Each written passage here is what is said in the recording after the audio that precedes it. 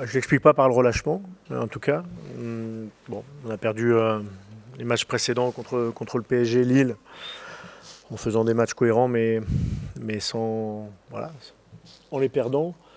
Ce soir, on a fait une bonne entame, mais on n'a pas réussi à être assez incisif, même si on a eu la possession une grande partie du match, mais on n'a pas réussi à être assez incisif dans les 20 derniers mètres ou dans les 25 derniers mètres pour embêter plus cette équipe de Bordeaux. Et comme en plus on a, sur une des premières incursions, fait une erreur qui a amené le penalty, on s'est retrouvé face à un bloc qui était dense, qui était avec beaucoup de volonté de garder ses points, et on n'a pas trouvé les solutions. On n'a pas trouvé les solutions.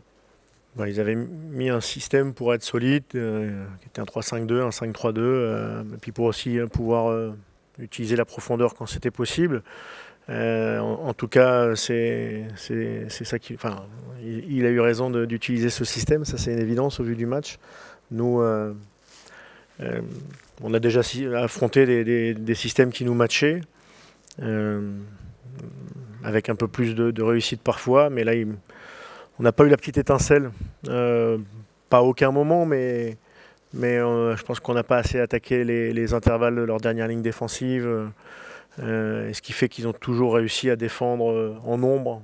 Et il aurait fallu encore plus de mouvements, plus de combinaisons, plus de permutations pour bouger ce bloc. Et même si on a quelques occasions quand même dans ce match, mais finalement pas assez. Oui, même si nous, l'Europe, c'est un enjeu important, mais forcément que le maintien, je pense qu'on commence bien le match quand même. Et des fois, le même match, si c'est nous qui arrivons à ouvrir le score, peut-être qu'à la fin, c'est 3-0 pour nous. Enfin, ça se joue, je ne vais pas dire que ça se joue à pas grand-chose, mais oui, je pense que ça se joue à pas grand-chose. Alors, je vous dis ça, et puis on a perdu 3-0, mais je ne sais pas s'il y avait un supplément d'âme. En tout cas, eux, ils avaient beaucoup d'âme.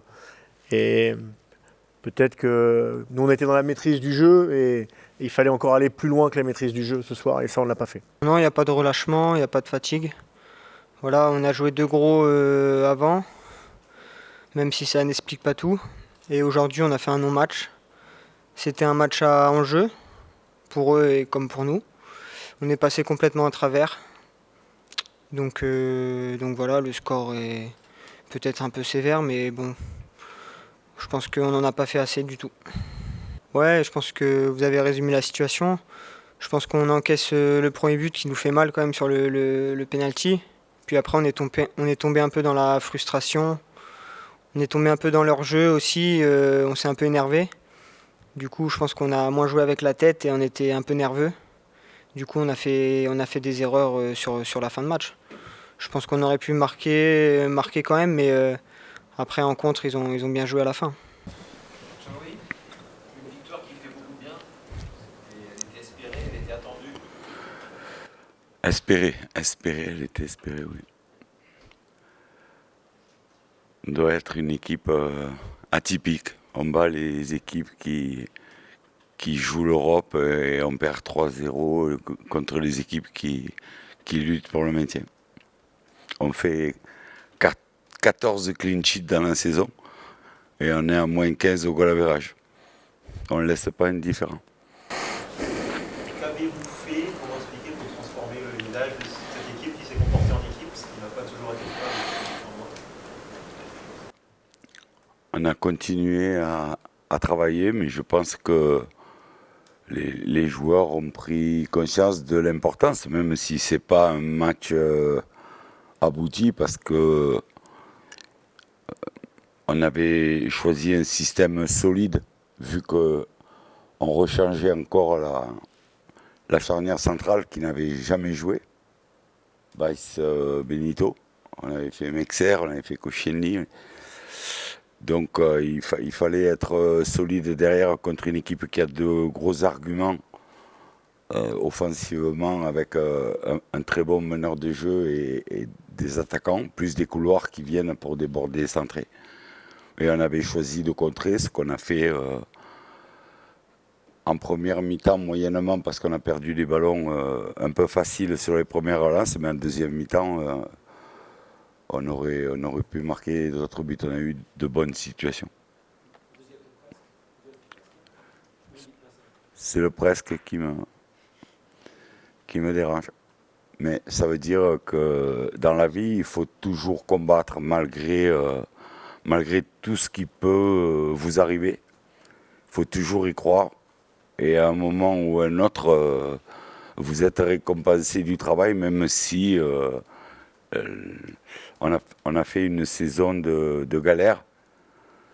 On n'a pas pris beaucoup de plaisir.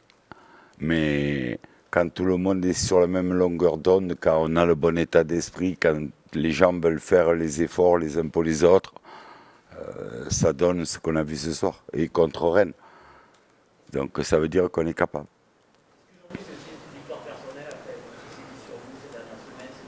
Non, non. Dans ce métier, il faut savoir prendre les roses et les orties. D'accord? En ce moment, il y a beaucoup de gens qui m'envoient à la maison des orties. J'ai pas de réponse. J'ai pas de réponse à donner à quiconque. Je fais mon travail depuis 36 ans d'entraîneur. J'essaye de le faire du mieux que je peux. Là, la saison a été particulièrement difficile pour beaucoup de raisons, et pour la moitié que vous ne connaissez pas et que je ne vous dirai pas. Mais si dimanche prochain à 23h, Bordeaux est maintenu en Ligue 1, pour tous ceux qui aiment les Girondins de Bordeaux, j'ai reçu je ne sais pas combien de messages pour ces supporters qui étaient avant le match. Je ne sais pas, il y avait même de l'hystérie de dire sauvez-nous. Pour tous ces gens-là, voilà. On les remercie de nous avoir encouragés. On a fait le match qu'on voulait faire et on a fait un grand pas vers l'objectif. Pourquoi vous ne voulez pas dire les raisons? Parce que ça ne vous regarde pas. Voilà. Mais c'était très dur, franchement. Aujourd'hui, on a vu Didier Briand qui a fait le discours avant le match, à l'échauffement. Oui. On a Nicolas Depréville qui a fait l'un de ses meilleurs matchs, Youssouf qui marque. Est-ce que c'est les quatre qui se sont pris en main aujourd'hui? C'est un groupe qui a pris conscience. Voilà, c'est tout. J'avais hésité à mettre les jeunes d'entrée, mais j'ai senti la crispation dans la semaine, parce que c'est quand même une responsabilité, une grande responsabilité que de jouer l'avenir d'un club comme les Girondins de Bordeaux. Donc il fallait peut-être mettre des gens qui aiment le club, il fallait peut-être redonner une chance à quelqu'un pour... voilà, il fallait faire des choix, mais toutes les semaines, c'est comme ça. Quand vous n'avez pas d'équipe type, quand vous n'avez pas de schéma type, quand vous perdez votre charnière centrale à tous les matchs, si on avait perdu, vous m'auriez dit, mais pourquoi vous avez joué à 5 ? Je savais. On a gagné 3-0, donc vous ne me le demanderez pas. Un petit mot sur le jeune Tom Lacou là, qui a réalisé un énorme match au milieu de terrain. Ouais. Il fait partie des gens qui aiment ce club, qui sont d'ici. Il s'est lâché. Et c'est ce qu'on avait demandé avant le match, c'est d'aller au bout des choses, que ce soit ceux qui débutent ou ceux qui rentrent, parce qu'on avait droit à 5 changements. Il y avait 15 joueurs qui allaient être concernés et les autres qui étaient là pour activer la machine. Dans quel état d'esprit vous êtes? Parce que vous êtes presque sauvé pendant cette catastrophe. Vous êtes officiellement. C'est vrai qu'il faudrait un concours de circonstances à 12 inconnus. Mais on va bien préparer la semaine. On va aller à Reims pour faire le meilleur résultat possible. Et si on n'a pas à écouter la radio pour connaître les autres résultats, tant mieux. Dans le vestiaire, là, du coup, c'était plus l'euphorie ou justement l'avertissement de l'après-Rennes fait que tout le monde est resté calme? Vous l'avez vu sur les buts? Oui, non. Ouais, dans le vestiaire, c'était la même chose que sur les buts. Il y avait une espèce de délivrance, un soulagement. Tout le monde est conscient qu'on n'a pas fait une bonne saison, qu'on s'est fait peur tout seul parce que pendant 2-3 mois, on a été à l'envers.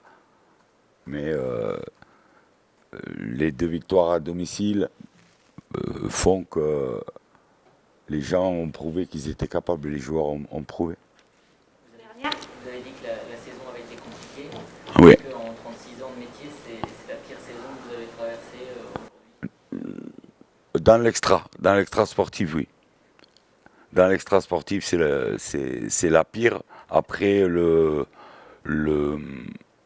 dénouement quand vous allez dans un club pour le sauver, après on n'y pense plus que on s'est sauvé à telle journée. Ou je dis toujours, il y a qu'une réponse. Ou vous avez réussi, ou vous avez échoué. Voilà. Et si dimanche prochain on a réussi, on sera content. Voilà. Merci beaucoup. C'est un peu la même question que la première. C'était toi déjà? Comment? Déjà toi et 15 jours. Ouais. C'est un peu la même question, c'est de la joie et du soulagement. Ou l'impression que la foi est plus forte ce soir?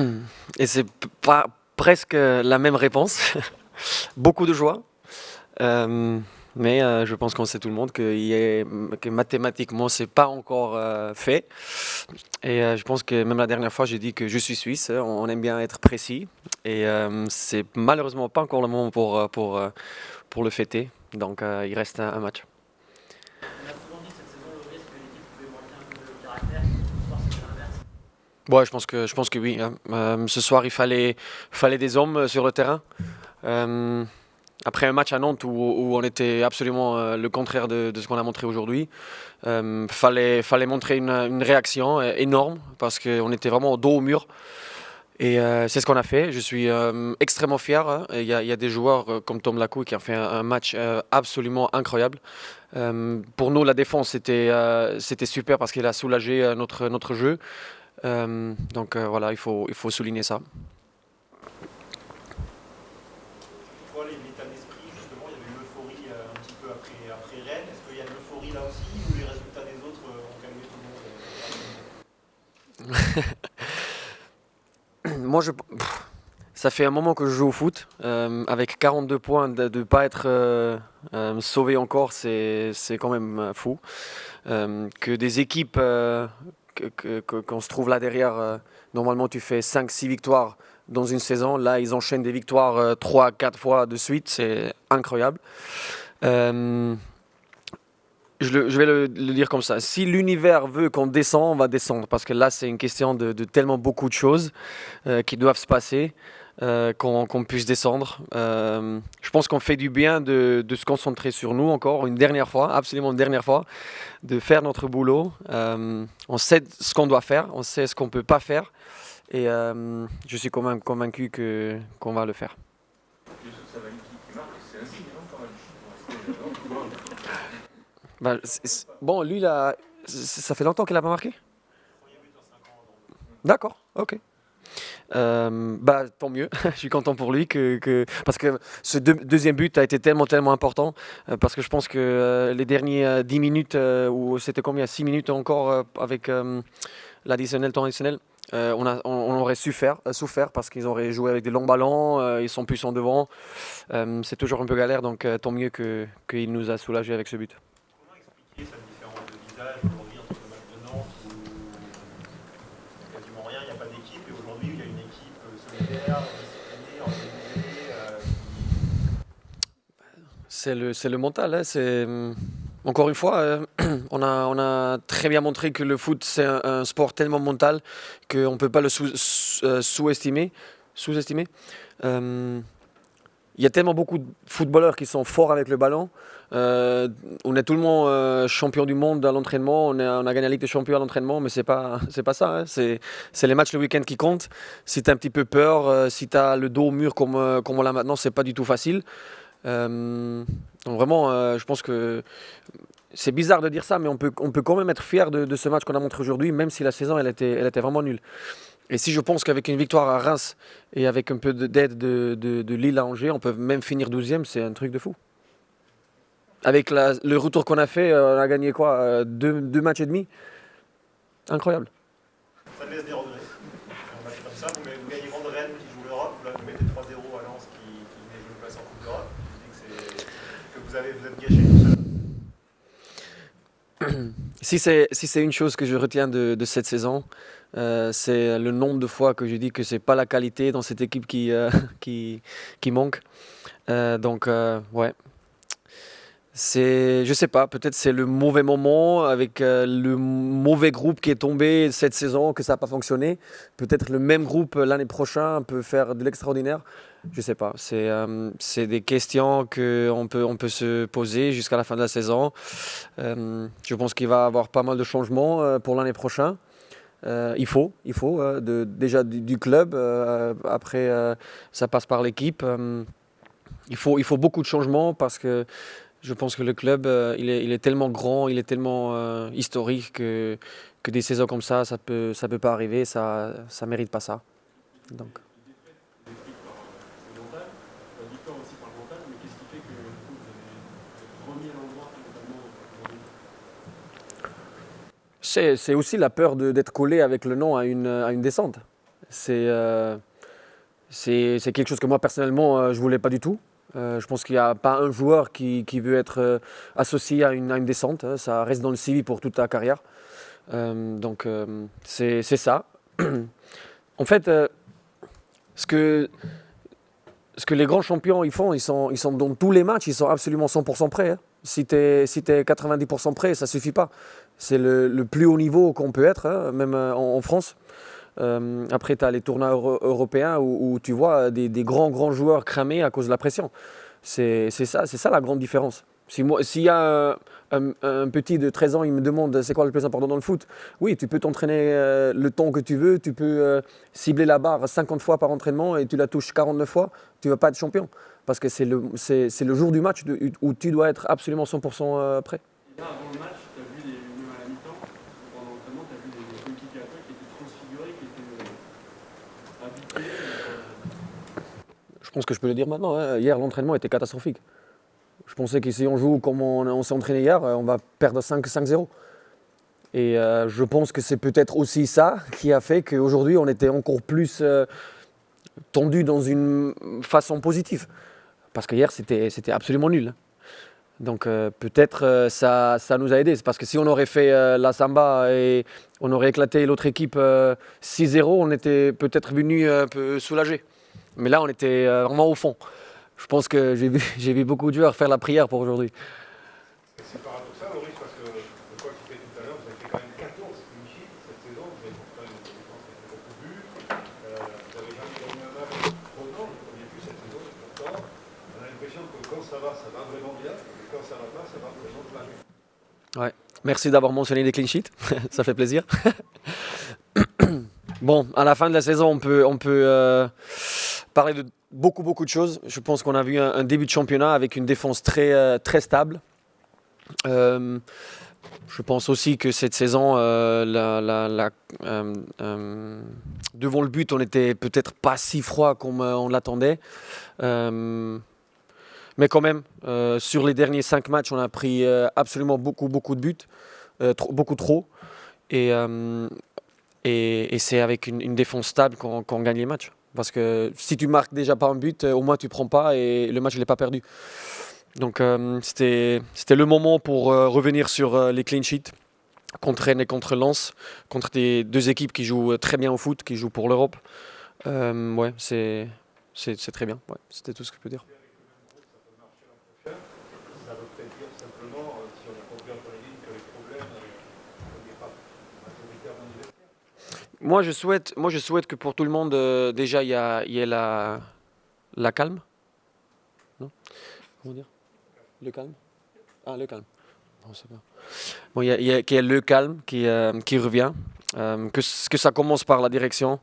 Que ça continue par le directeur sportif, avec le coach, avec tout le staff. Que ça soit vraiment un environnement pour travailler, qu'il n'y a pas de bruit d'autour. Et après, on sait la situation. Il y a beaucoup de joueurs qui ont plus de contrat, qui vont partir, qu'on sait déjà. Il y a des joueurs avec un gros potentiel où peut-être il y a un ou deux clubs qui vont essayer de les sortir. Je pense qu'aussi au niveau du cadre, il va y avoir beaucoup de changements. Donc je pense que si on part déjà sur le calme au niveau de la direction, on va déjà partir mieux. Moi, ça fait 2 ans maintenant que je suis ici. Comme j'ai dit il y a 2 semaines, après la 5e semaine, c'était un peu la folie. Donc oui, j'ai absolument hâte de voir ce club pouvoir dans une sérénité, dans le calme.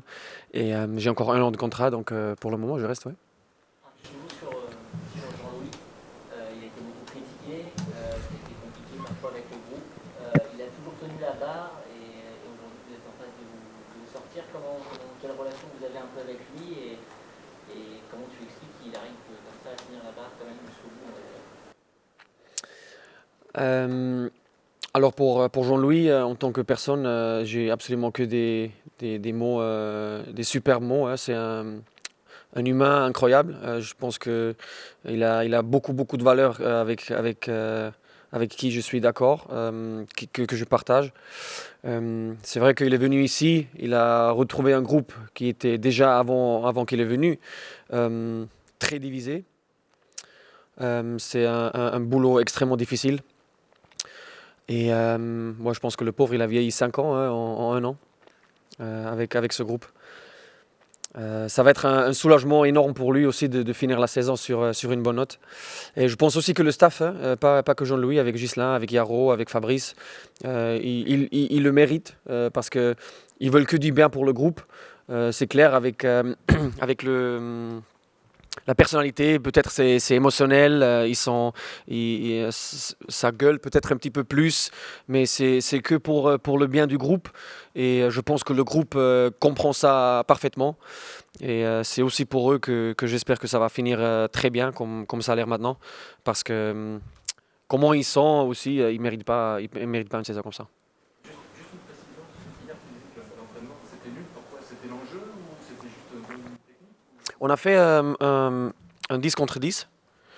Et on a fait tellement beaucoup d'erreurs tactiques, et on a fait d'erreurs techniques. On a invité l'adversaire à marquer des buts. Ouais, tout. Non. Après, peut-être il y a quelqu'un qui va dire ouais, il y a plus beaucoup, mais c'était vraiment des choix, des passes. C'était vraiment nul. Merci. De rien, au revoir.